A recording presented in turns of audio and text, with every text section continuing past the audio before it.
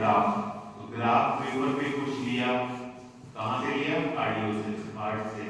क्या लिया? Electro. Electro मतलब इलेक्ट्रिकल एक्टिविटी, जो कहाँ पे हो रही थी? हार्ट में। किस पे ले ली? ग्राफ पेपर पे। हाँ, तो ECG, तो E for इलेक्ट्रोस, C for cardio, G for graph. Graph paper पे कुछ लिया, क्या लिया? इलेक्ट्रिकल एक्टिविटी, कहाँ पे हो रही थी? हार्ट में, कार्डियो में। उसी को हम वर्ड्स में बना के सेंटेंस लिखेंगे। It is electrical activity recorded in the heart, it is electrical activity of the heart recorded on graph paper. किसकी सहायता से लिया? इलेक्ट्रोड की सहायता से या फिर लीड्स की सहायता से? Recorded with help of electrodes और leads is known as ECG। तो जो डायग्राम बना हुआ है, this diagram is ECG, electrocardiogram. जिस पेपर पे इसको गिरा, that paper is graph paper, so that is electrocardiograph. अब देख तो लिया, पढ़ना भी तो हमारा काम है, इसको देखना, पढ़ना, समझना, कौन सी वेव क्या कह रही है, दैट इज इलेक्ट्रोकार्डियोग्राफी। ठीक है। उसके बाद दूसरा पॉइंट याद रखना है कि सारी डिसीज में, हार्ट की कोई सी भी डिसीज हो, सब में ये हेल्पफुल है ना ही ना। कुछ डिसीज है उसमें ये हेल्पफुल है और कुछ डिसीज है उसमें ये हेल्पफुल नहीं है। किसमें हेल्पफुल नहीं है? जैसे वल्गुलर डिसीज है, कॉन्ट्रैक्टिलिटी है, कार्डियक आउटपुट है, ये सब जानने में ECG की कोई वैल्यू नहीं है। इसमें इंपॉर्टेंट है कि इसमें आप हेल्प की सहायता से पता कर सकते हैं हार्ट में दिक्कत हो रही है, कार्डियक प्रॉब्लम है, MI M for myocardial, I for ischemia, MI तो कॉमन टर्म है MI। हार्ट में दर्द होता है एंजाइना का, जैसे पेट में दर्द, स्टमक, सर में दर्द, हेडेक, चेस्ट में दर्द, एंजाइना। जो आपके हार्ट में दर्द होता है उसे एंजाइना कहते हैं। क्या कहते हैं? एंजाइना। तो जब ब्लड सप्लाई हैम्पर हो जाएगी हार्ट की अपनी जो ब्लड सप्लाई है, जब हार्ट की अपनी ब्लड सप्लाई हैम्पर हो जाएगी, that is myocardial ischemia, myocardial ischemia। जब ब्लड सप्लाई कम हो जाएगी और वो कम ही कंटिन्यू रहेगी, तो आगे जाके वो टिश्यू डेड हो जाएगा, that is myocardial infarction, myocardial infarction। There is two terms, one is ischemia and there is infarction। ischemia हो, infarction हो, इन सब डिसीज में जो है ECG की बहुत इंपॉर्टेंट वैल्यू है। ठीक है। सबसे पहले जांच, सबसे सस्ती, सबसे इजी और सबसे आराम से होने वाली जांच जो है ECG। ठीक है। अब इसको कैसे रिकॉर्ड करते हैं? सबसे पहले किसने रिकॉर्ड किया था? एक साइंटिस्ट थे, विलियम लिंथरोवन। विलियम लिंथरोवन ने एक ट्रायंगल बनाया, उसके बीच में हार्ट रखा, तो इलेक्ट्रोड ऐसे जगह लगाए कि हार्ट के सेंटर, हार्ट उसके सेंटर में आए। तो उन्होंने कहाँ का इलेक्ट्रोड लगाया? एक राइट आर्म पे लगाया, एक लेफ्ट आर्म पे लगाया और एक इधर लगाया, जैसे इंग्वाइनल रीजन, इंग्वाइनल रीजन। फिर ट्रायंगल बन गया ऐसे करके, और उस ट्रायंगल की सेंटर पोजीशन में हार्ट रखा हुआ था। तो इस ट्रायंगल को कहते हैं इंथोवन ट्रायंगल। क्या कहते हैं? इंथोवन ट्रायंगल। लेकिन इधर बोलना बड़ा मुश्किल होता है, तो उसको आसान करने के लिए आज लेग में तीसरा इलेक्ट्रोड लगाते हैं, वो लेफ्ट फुट में लगाते हैं। कहाँ लगाते हैं? लेफ्ट फुट में। एक राइट आर्म, एक लेफ्ट आर्म और एक लेफ्ट फुट, तो उसके सेंटर में जो है हार्ट रखा हुआ होता है। ये जो इलेक्ट्रोड्स लगाए जाते हैं, इलेक्ट्रोड्स को लीड्स कहते हैं। क्या कहते हैं? लीड्स। लीड्स 12 होती है, बाइपोलर और एक यूनिपोलर। बाइपोलर लीड 1 2 3, यूनिपोलर में चेस्ट लीड भी है और लिम्ब लीड भी है, ABR, ABL, AF।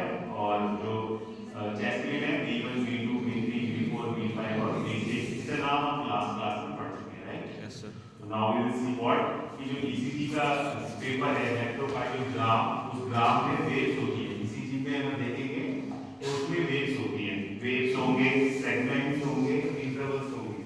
Waves, segment, interval. तो ये जो पॉइंट्स मैंने पहले ही मार्क कर रखे हैं, P Q R S T, P Q R S T, P wave, Q wave, R wave, S wave, T wave. ठीक है। पहले हम पढ़ते हैं तो मतलब क्या है। जैसा कि हम पहले ही बोल चुके हैं क्या कि हार्ट के अंदर जो इलेक्ट्रिकल एक्टिविटीज हो रही है, वो इलेक्ट्रिकल एक्टिविटी को रिकॉर्ड कर रहा है ECG, राइट? तो इलेक्ट्रिकल एक्टिविटी में कोई विजिबल नहीं लगा, आयन अंदर जा रहे हैं, बाहर जा रहे हैं, इलेक्ट्रिकल एक्टिविटी हो रही है। तो दो टर्म्स हैं, एक डीपोलराइजेशन और एक रीपोलराइजेशन। एक डीपोलराइजेशन और एक रीपोलराइजेशन। तो सबसे पहले अगर हम हार्ट का डायग्राम देखें, तो जब ये गार्ड होता है ना, तो गार्ड का में ये पॉइंटेड वाला पोर्शन है, ये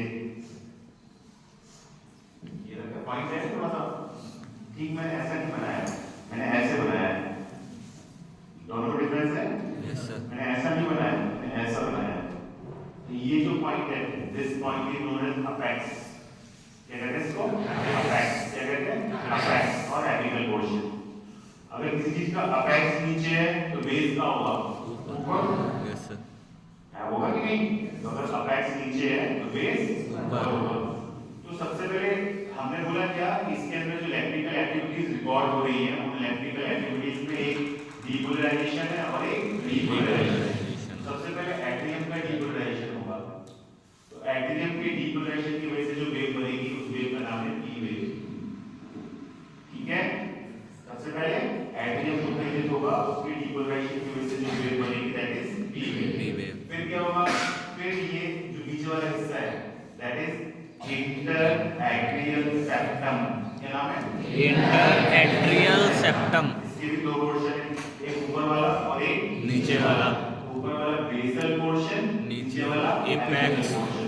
तो ये इसका बेसल पोर्शन है और ये इसका एपिकल पोर्शन है। तो क्यू वेव आएगी the basal portion of interatrial septum, R wave आएगी the apical portion of interatrial septum plus interventricular start हो जाएगा। एस वेव आएगी, ये जो वेंट्रिकल का इंटरवेंट्रिकुलर सेप्टम है ये पूरा स्टार्ट हो जाएगा और साथ में ये वेंट्रिकल की मसल्स जो है वो इन्वॉल्व होना शुरू हो जाएगी। सबसे पहले हम क्या पढ़ रहे हैं, ई वेव। तो जो नॉर्मल ईसीजी होता है, जो ग्राफ पेपर पे दिखता है, उसमें कुछ वेव्स होती है, ठीक है। कितनी वेव्स होती है, 5 P Q R S T.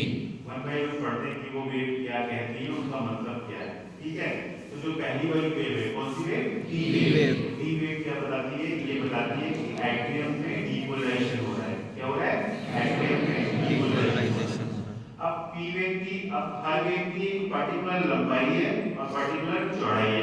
Friends से लंबाई चौड़ाई मतलब इसका एक पर्टिकुलर ड्यूरेशन है और पर्टिकुलर एम्पलीट्यूड है। वो पर्टिकुलर मतलब फिजियोलॉजिकल, उससे कम या ज्यादा होगा पैथोलॉजिकल। तो उसका एक पर्टिकुलर लंबाई है और पर्टिकुलर चौड़ाई है। व्हेन वी से कि पर्टिकुलर चौड़ाई है मतलब पर्टिकुलर ड्यूरेशन है, व्हेन वी से कि पर्टिकुलर लंबाई है इसका मतलब पर्टिकुलर एम्पलीट्यूड है। मतलब पी वेव जो है कितने एम्पलीट्यूड की होनी चाहिए, मतलब कितनी ऊंची होनी चाहिए और कितनी चौड़ी होनी चाहिए। आसान भाषा में बताने के लिए कैसे याद रखना है, 2.5 आना लंबी और 2.5 आना चौड़ी। हाँ, 2.5 आना लंबी और 2.5 आना चौड़ी। 2.5 आना मतलब व्हेन वी से 2.5 आना चौड़ी, इसका मतलब छोटे वाले 2.5 आने, इसका मतलब इसका ड्यूरेशन कितना हुआ, 0.25 सॉरी 2.1 सेकंड। कितना हुआ, 0.1 सेकंड, क्योंकि जो एक छोटा खाना है वो कितने का है, 0.04 का है ना। तो 2.5 खाना कितना हुआ, 0.1 का, 2.5 खाना चौड़ी। और व्हेन आई से 2.5 खाना ऊंची, इसका मतलब कितना हुआ, 2.5 मिलीवोल्ट हुआ कि नहीं। हाँ, तो पी वेव जो है कौन सी वेव, पी वेव, वो कितनी लंबी चौड़ी है, 2.5 खाना ऊंची और 2.5 खाना चौड़ी। व्हेन वी से 2.5 खाना चौड़ी मतलब इसका ड्यूरेशन 2.5 सेकंड नहीं, 2.1 सेकंड है। व्हेन वी से 2.5 खाना ऊंची मतलब इसका जो एम्पलीट्यूड है वो 2.5 मिलीवोल्ट का है। फाइन, समझ आया, ठीक है। अब कुछ लीड्स हैं जैसे AVR और लीड V1, AVR और लीड 1। तो जनरली जो पी वेव का जो डायग्राम है, व्हेन वी से कि ECG, जब ECG निकलता है तो इतना बड़ा सा पेपर होता है, उस पे ऐसे 12 डायग्राम होंगे। कितने डायग्राम होंगे, 12। कितने डायग्राम होंगे, 12। वो हर लीड के अलग-अलग हैं। एक जैसे सपोज ये डायग्राम है तो इसके नीचे लिखा है लीड 1, फिर अगला आएगा लीड 2, अगला आएगा लीड 3, अगला आएगा AVR, अगला आएगा AVL, अगला आएगा AVF, V2, V3, V4, V5, V6। तो वो 12 डायग्राम का मतलब क्या है, समझ आया, क्योंकि 12 लीड्स होती है, हर लीड्स का अपना एक डायग्राम है। व्हाट इज, समझ आया। व्हाट आई वाज सेइंग कि जो पहली पॉजिटिव अपराइट वेव है, पहली पॉजिटिव अपराइट वेव है ECG की, वो कौन सी वेव है, पी वेव, ठीक है। लेकिन लीड AVR ABR और लीड B1, ABR और B1 याद रखना ये क्या ABR और B1, इसमें ये पॉजिटिव नहीं होती है, अगर इसमें पॉजिटिव है तो दिक्कत है। हाँ, इसकी बस दो खास बातें याद रखनी है। पहली खास बात क्या याद रखनी है, ढाई खाना ऊंची और ढाई खाना चौड़ी, बहुत सिंपल है, सबको याद रहेगी। ये तो कॉमन सी बात है कि ये पॉजिटिव अपराइट वेव है, लेकिन सब में नहीं है, वो अपवाद याद रखना है। ABR और B1 इसको छोड़ के सब में पॉजिटिव है। अगर ABR और B1 में पॉजिटिव आई तो इसका मतलब पैथोलॉजी है। समझ आया? बस एक बात याद रखनी है, क्या जो पी वेव है वो पी वेव क्या बताती है, एट्रियम का डीपोलराइजेशन बताती है। क्या बताती है? एट्रियम का डीपोलराइजेशन बताती है। पी वेव ईसीजी की पहली पॉजिटिव वेव है। तो मैडम बात को जानिए हो तो लिसन टू मी। तो पी वेव जो है वो ईसीजी की zero madam zero wave, P wave जो है वो ईसीजी की पहली पॉजिटिव वेव है। इसका ड्यूरेशन कैसे याद रखना है कि ढाई खाना चौड़ी है और ढाई खाना ऊंची है। तीसरा पॉइंट याद रखना है कि दो अपवाद हैं इसके ABR और B1, जिसमें ये पॉजिटिव नहीं होती है। अगर उसमें पॉजिटिव है तो इसका मतलब समझ आया? हाँ, तो दिस इज पी वेव। पहला पॉइंट मैंने क्या बताया, इट रिप्रेजेंट एट्रियल डीपोलराइजेशन। दूसरा पॉइंट मैंने क्या बताया, it is positive upright wave in all the leads. तीसरा पॉइंट मैंने बताया एक्सेप्ट ABR एंड B1। चौथा पॉइंट मैंने बताया लंबाई चौड़ाई याद रहेगा। ठीक है, अब ये वेव पढ़ते हैं क्यू वेव। कौन सी वेव? Q wave. तो क्यू वेव में लोगे डायग्राम। अब क्यू वेव का है यहाँ पे, तो ये तो इसका बीच का सेंटर पोर्शन है, इससे ऊपर है तो पॉजिटिव, इसके नीचे है तो नेगेटिव। तो पहली लाइन जो हमें देख के अपने आप पता चल रही है कि क्यू वेव पहली नेगेटिव वेव है जो पी वेव के बाद आती है। तो पी वेव के बाद आने वाली पहली नेगेटिव वेव है। ठीक है? हाँ, ठीक है। अब दूसरे पॉइंट याद रखना है, इसकी जो लंबाई है, इसकी जो लंबाई है वो 4 मिलीमीटर मैक्सिमम है। 3 भी हो सकती है, 2 भी हो सकती है, 1 भी हो सकती है। इसकी जो लंबाई है वो कितनी है? 4 मिलीमीटर, एम्पलीट्यूड ऑफ 4 मिलीमीटर।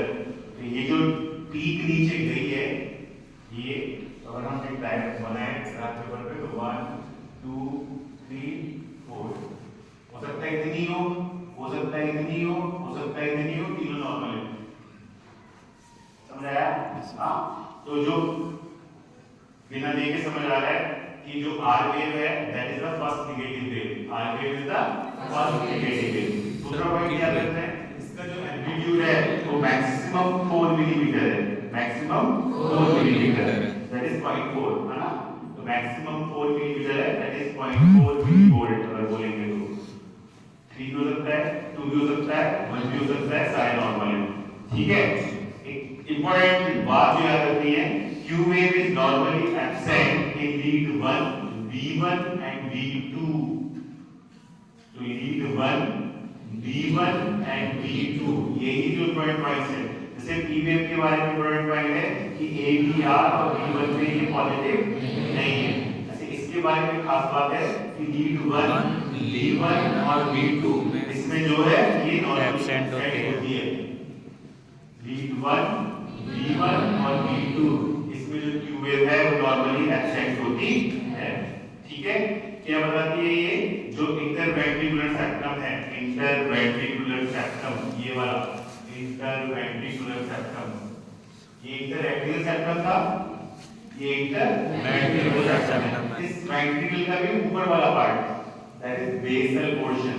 अगर हम नीचे वाला बोलेंगे तो apical portion. Basal portion of interventricular septum का डीपोलराइजेशन बताती है। ठीक है? इसकी पहली बात जो मतलब सिंपल सी है कि ये पहली नेगेटिव वेव है। दूसरी बात जो सिंपल सी है, मैक्सिमम एम्पलीट्यूड 4 मिलीमीटर है, 2 है, 3 है, 4 है, ऑल नॉर्मल है ना। तीसरा पॉइंट याद रखना है कि क्या बताती है, इंटरवेंट्रिकुलर सेप्टम के बेसल पोर्शन का डीपोलराइजेशन। चारों पॉइंट थ्योरेटिकल है। जो इम्पोर्टेंट लाइन है वो क्या याद रखनी है कि एब्सेंट होती है B1 में, B1 में और B2 में। ठीक है। हाँ, Yes, इसी sir. वेव के बारे में सिर्फ दो एक बार याद रखेगी, ABR और B1, ABR और B1 उसमें एक पॉजिटिव नहीं है, ABR और B1 में एक पॉजिटिव नहीं है। किसमें याद रखी थी? P वेव के बारे में। B2 के बारे U वेव के बारे में याद रखती है B1 और B2 में एब्सेंट होती है। ठीक है, समझ आया? हाँ, यस सर। सिंपल है, कुछ भी नहीं है। P वेव पहली पॉजिटिव वेव है, क्या बताती है? एटीएम का डिपोलराइजेशन बताती है। कितनी लंबी होती है? 2.5 आना।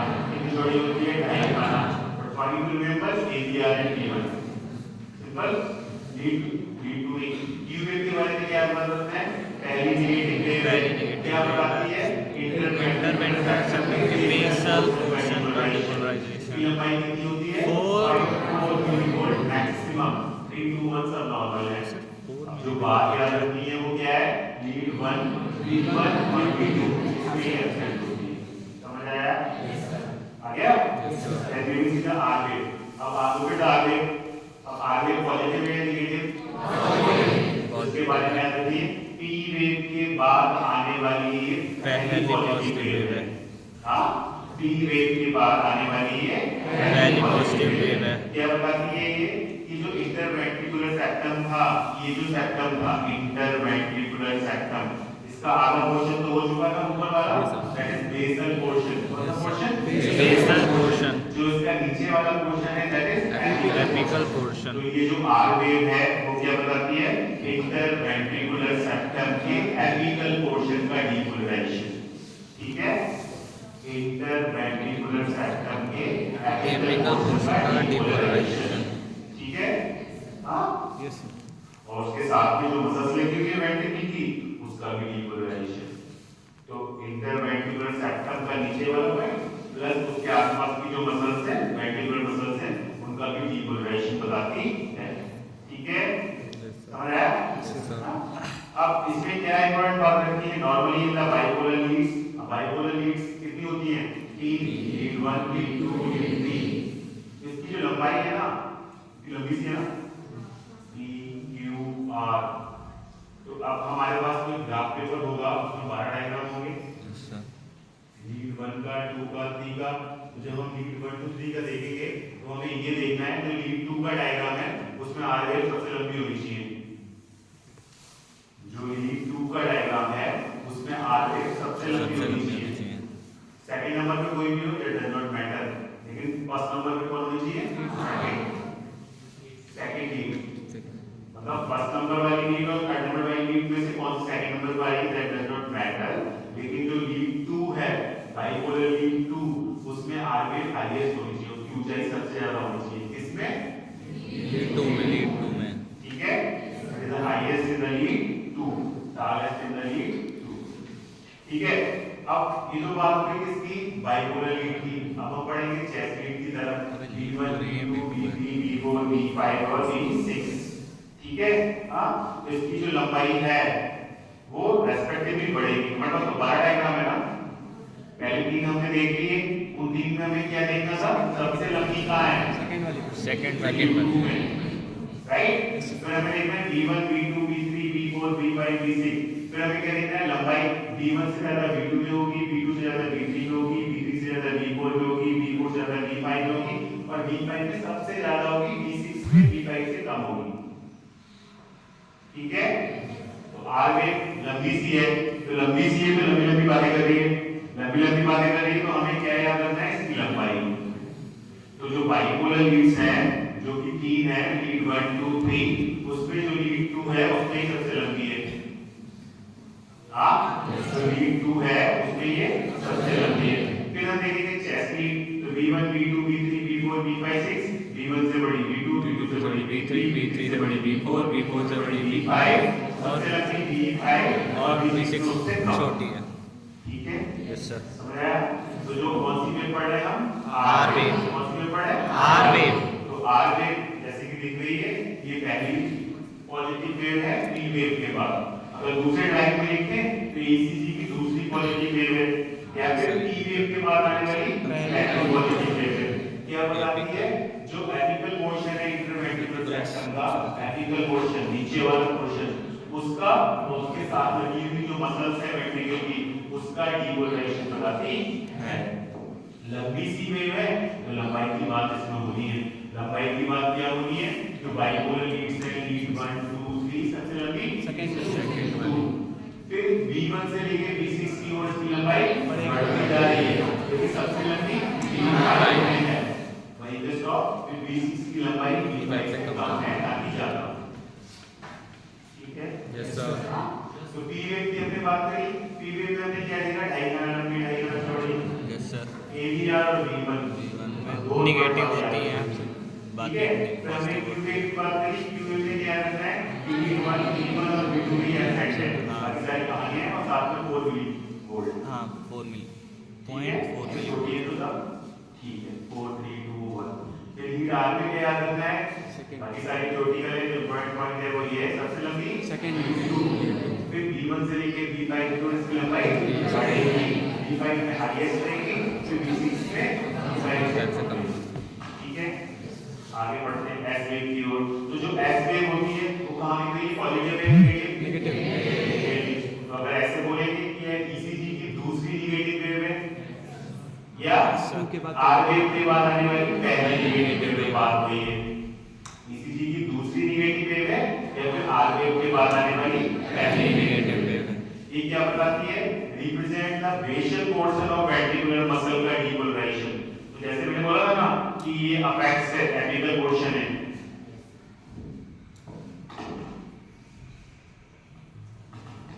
सर तो ये एपिकल पोर्शन है, ये इंटरवेंट्रिकुलर सेप्टम था, इसका बेसल पोर्शन हो गया R वेव में, Q वेव में, ये हो गया R वेव में, और इसके साथ साथ जो लगी थी अपेक्स के आसपास जो लगी मसल्स लगी थी वो R वेव में ऑलरेडी हो गई है। जो बेसल पोर्शन है वेंट्रिकुलर मस्कुलर का, मतलब बेस की ओर जाने वाला पोर्शन, ये सारा इसका डिपोलराइजेशन बताती है। ठीक है? वेंट्रिकल की वेंट्रिकल दो कमरे ऊपर, दो कमरे नीचे, बीच में दीवार है, दीवार इज सेप्टम। सेप्टिकम का जो ऊपर वाला पोर्शन है बेसल, बेसल। नीचे वाला पोर्शन है एपिकल। तो जो बेसल पोर्शन था वो Q वेव में कवर हो गया था, जो एपिकल पोर्शन था वो R वेव में कवर हो गया था। उस अपेक्स के चारों तरफ की जो मसल्स थी, एपिकल मसल्स, वो सारी R वेव में हो गई थी। अब जो बची कुची वेंट्रिकल की मसल्स हैं उसका डिपोलराइजेशन बता रही है S वेव। ठीक है? पॉइंट क्या है? ये नेगेटिव वेव है, ठीक है? ये क्या बताती है? ये वेंट्रिकल के बेसल पोर्शन का डिपोलराइजेशन बताती है। अब इसमें जो खास बात याद रखने वाली है, S वेव में large in V1 and larger in V2, large in V1 और लार्जर इन V2, और उसके बाद घटने लगी। तो R वेव की जो लंबाई कितनी थी हमको? सेकंड में हाईएस्ट, लीड 2 में सबसे ज्यादा थी।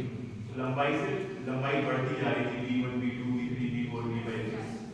इसकी लंबाई घटेगी, लेकिन V1 से बड़ी V2 में है और V2 के बाद घटती रहेगी। ठीक है? उसमें क्या पढ़ रहे थे हम?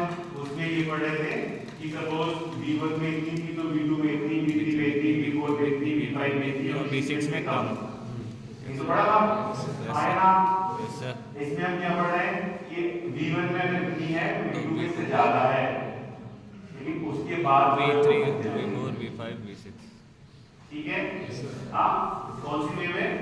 S wave. कौन सी वेव है? S wave. क्या बताती है? वेंट्रिकल पोर्शन है उसका डिपोलराइजेशन बताती है। नेगेटिव वेव है, और इसकी जो लंबाई जैसे R वेव के बारे में लंबी लंबी बातें करें, इसके बारे में छोटी छोटी बातें करेंगे।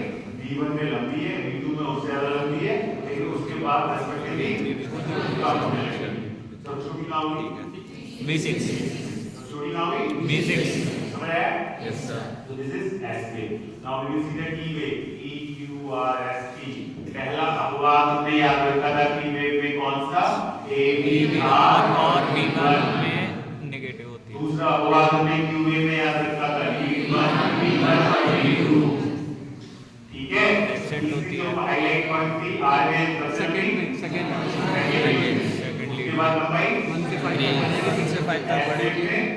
सबसे लंबी V2 में, उसके बाद लंबाई, ठीक है?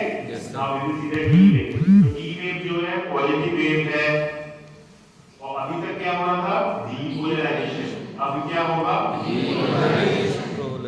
तो टी वेव क्या बताती है वेंट्रिकल का डीपोलराइजेशन, क्या बताती है वेंट्रिकल का डीपोलराइजेशन। तो इसके बारे में एक बात याद रखिए, दो तीन, जैसे पी वेव क्या होता है 2.5 गुना लंबी 2.5 गुना चौड़ी, इसके बारे में दो तीन तो मतलब इसका जो ड्यूरेशन है वो 0.2 सेकंड, मतलब कितने खाने हुए 5 हो कि नहीं? Yes sir. ये पूरा बड़ा खाना, तो ये जो कौन सी वेव पढ़ रहे हैं हम टी वेव, कौन सी वेव पढ़ रहे हैं टी वेव। तो टी वेव का जो ड्यूरेशन है वो कितना है 0.2 सेकंड। एक बड़ा खाना पूरा Yes, sir. 0.2 सेकंड्स, बात छोटे खाने हुए ना Yes, sir. 0.2 सेकंड। इसका जो एम्पलीट्यूड है वो कितना है 0.3 मिलीवोल्ट। 5 टी खानों की बात करें तो 5 टी, और वैसे नंबर की बात करें तो 0.2 सेकंड चौड़ी और 0.3 सेकंड 0.3 मिलीवोल्ट दो टी, ठीक है? Yes sir. हाँ Yes, sir. कौन सी वेव टी वेव। तो टी वेव जो है पॉजिटिव है नेगेटिव, क्या बताती है ठीक है? लंबाई चौड़ाई कैसे याद रखेंगे 0.2 इसके बारे में बहुत बड़ी बात है, कुछ याद रहे या ना रहे ये जरूर याद रखना है। क्या it is normally inverted in lead ABR, जो ABR लीड है उसमें टी वेव नॉर्मली इन्वर्टेड होती है, उसमें पॉजिटिव नहीं है, कैसी है Negative. This is the highlight. कुछ चीजें सेंस होती है, तो पूरे ECG की जो खास बात है वो ये है, जो टी वेव है वो ABR में नेगेटिव होती है, इन्वर्टेड होती है, पॉजिटिव भी जा रही है उसमें, अब इसमें पॉजिटिव जा रही है ना ऐसे करके यस सर। सब में जा रही है, लेकिन ABR डायग्राम बनेगा EQRST, this is not diagram right. Yes, sir. अब जो इसके साथ दूसरा ABR में बनेगा PQRS, ऊपर को नहीं जा रही, ये नीचे को जा रही है, this is the highlight, this is the main point. क्या जो टी वेव है वो ABR लीड में इन्वर्टेड होती है, ठीक है? बाकी सब कैसी है and T wave is normally positive lead 1, 2, B5 और B6। जब हार्ट अटैक होता है, जब MI होती है मायोकार्डियल इश्चेमिया, सबसे पहले जो डॉक्टर देखता है वो कौन सी वेव देता है T wave. T wave inverted है या पॉजिटिव है? हाँ, तो जो ABR लीड है कौन सी लीड ABR, उसमें टी वेव कैसी होगी नेगेटिव। Inverted normally. अगर उसमें पॉजिटिव आई या आइसोइलेक्ट्रिक आई तो सीधे आ गई ऐसे करके, that is known as isoelectric. क्या बोलेंगे आइसोइलेक्ट्रिक। और नॉर्मल जो इन्वर्टेड है या फिर पॉजिटिव आई तो हमें पता होना चाहिए कि ABR में कौन सी में ABR में अगर इन्वर्टेड है तो नॉर्मल है, ABR में अगर पॉजिटिव है तो एब्नॉर्मल है, बाकी सब में ये पॉजिटिव होनी चाहिए। This is the main point कि जो टी वेव है PQRST, टी वेव नेगेटिव किसमें होती है नॉर्मली ABR में, ठीक है? Yes, sir. जैसे एक और एप्पल याद रहता है, ऐसे ये याद रहना चाहिए कि टी वेव नेगेटिव किस लीड में होती है ABR में नॉर्मली। Yes, sir. तो these are the way PQRST। हाँ, टी वेव में कुछ नहीं है, ढाई खाना it is not, T wave में कुछ नहीं है 4 मिलीवोल्ट। आर वेव में लंबाई सेकेंडली और फिर लंबाई बढ़ती जा रही है, B5 टॉप मोस्ट फिर B6 सबसे कम, है ना? एस वेव में घटती जा रही है, B1 से बड़ी B2 उसके बाद सारी घट रही हैं। बढ़ती जा रही है। Yes sir. Then T wave में क्या करना है 2 और 3, यस सर। 2 सेकंड 0.2 सेकंड चौड़ी और 0.3 मिलीवोल्ट लंबी, ये तो नॉट। Yes sir. हाँ, और दूसरी बात जो मैं याद रखनी है वो क्या, ये पॉजिटिव वेव है, लेकिन ABR में कैसे होती है नेगेटिव। ठीक है? सीधी जाएगी, that will be known as isoelectric segment. Yes sir. What is समझ आ गया? Yes, sir. हाँ, these are the waves of ECG PQRST। Her wave को समझना है अच्छे से, एक बार समझ में आएगा दोबारा सुनना लेक्चर को समझना है, रट जाएगा। फिर उसके बाद अगर कहीं ECG मिल जाएगा हॉस्पिटल में कहीं भी तो उसको समझने का इंटरप्रेट करने की कोशिश करनी है, होगा नहीं पीछे से लेके डायग्राम समझ नहीं आएगा फर्स्ट ईयर है, लेकिन अगर तुम अभी से पढ़ लोगे बेस समझ आएगा तो थर्ड ईयर में जब अगर देखोगे तो फिर वो अच्छे से समझ आएगा। तो यही 5 वेव हैं इसकी ईसीजी की। इसके अलावा कुछ इंटरवल्स भी होते हैं, सेगमेंट भी होते हैं, PR interval, QT interval, ST interval, RR interval. तो पीआर नाम ही बता रहा है पीआर, पी इंटरवल से लेके पी वेव से लेके आर वेव के बीच का, दिस इज पीआर इंटरवल। ठीक है, दूसरा है RR interval, QT interval, Q wave से लेके टी वेव के बीच का। एसटी सेगमेंट जहां पे एस खत्म हो रहा है और टी शुरू हो रही है, एस खत्म हो रहा है और टी शुरू हो रही है, एसटी सेगमेंट। देन आया आरआर इंटरवल, एक डायग्राम दूसरा डायग्राम, तो दो कॉन्सेक्यूटिव आर वेव के बीच का, एक डायग्राम ईसीजी का, दूसरा डायग्राम, तो दो कॉन्सेक्यूटिव आर वेव के बीच का जो इंटरवल है दैट इज आरआर इंटरवल। ठीक है, हमें मेनली फोकस करना है किस पे अभी, वेव पे। उसके अलावा 4 इंटरवल है, 2 इंटरवल 2 सेगमेंट है, पीआर, क्यूआर, क्यूटी और एसटी सेगमेंट। ठीक है, ईसीजी में बेसिकली क्या एनालाइज करते हैं, count the heart rate. Heart rate count करने के लिए जरूरी नहीं आप स्टेथोस्कोप लगाएं या फिर पल्स देखें, हार्ट रेट आप ईसीजी देख के भी कैलकुलेट कर सकते हो। कैसे, दो लगातार आने वाली आर वेव, जैसे RR segment, what is RR segment, ये पीक्यूआरएस की डायग्राम है, ये पीक्यूआरएस की डायग्राम है, तो ये आर वेव और ये आर वेव, इसके बीच में कितने छोटे खाने हैं, इसके बीच में कितने छोटे खाने हैं, तो दो आने वाले लगातार आने वाली आर वेव के बीच में कितने छोटे खाने हैं, वो छोटे खाने के लिए, छोटे खाने के लिए, और जो भी एक्सवाई नंबर आया उस नंबर से 1500 को डिवाइड कर दिया। ठीक है, दो लगातार आने वाली आर वेव के बीच में कितने छोटे खाने हैं, जो भी एक्सवाई है उस नंबर से 1500 को डिवाइड कर दिया, तो जो वैल्यू आएगी that will be the value of heart rate. ठीक है, तो हार्ट रेट निकालने के लिए कोई ईसीजी नहीं करता कि हार्ट रेट देखिए, रेट चेक करके आप ईसीजी करते हैं, बट ईसीजी को देख के आप हार्ट रेट कैलकुलेट कर सकते हो। कैसे कैलकुलेट करोगे, दो लगातार आने वाली आर वेव के बीच में कितने छोटे खाने हैं, नंबर को 1500 से 300 से डिवाइड करके आप कैलकुलेट कर सकते हो। ठीक है, यस सर। उसके बाद क्या देखना है, नोट द रेंज।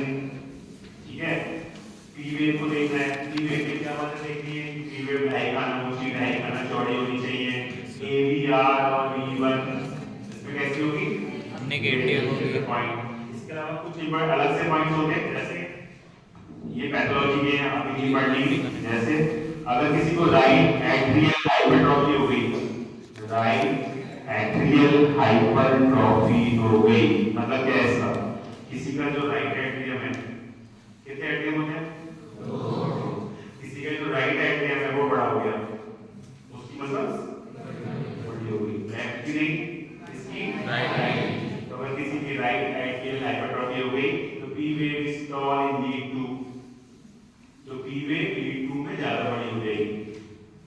ठीक है, ये पैथोलॉजी है, ये कौन सी वेव बड़ी होगी कौन सी छोटी होगी, किधर आइसोलेट वाली सब सेकंड ईयर में पढ़ना है। फर्स्ट ईयर में करना है कि पी वेव होती क्या है, क्यू वेव होती क्या है, आर वेव होती क्या है, एस वेव होती क्या है, पी कितनी नॉर्मल है, दिस इज फर्स्ट ईयर।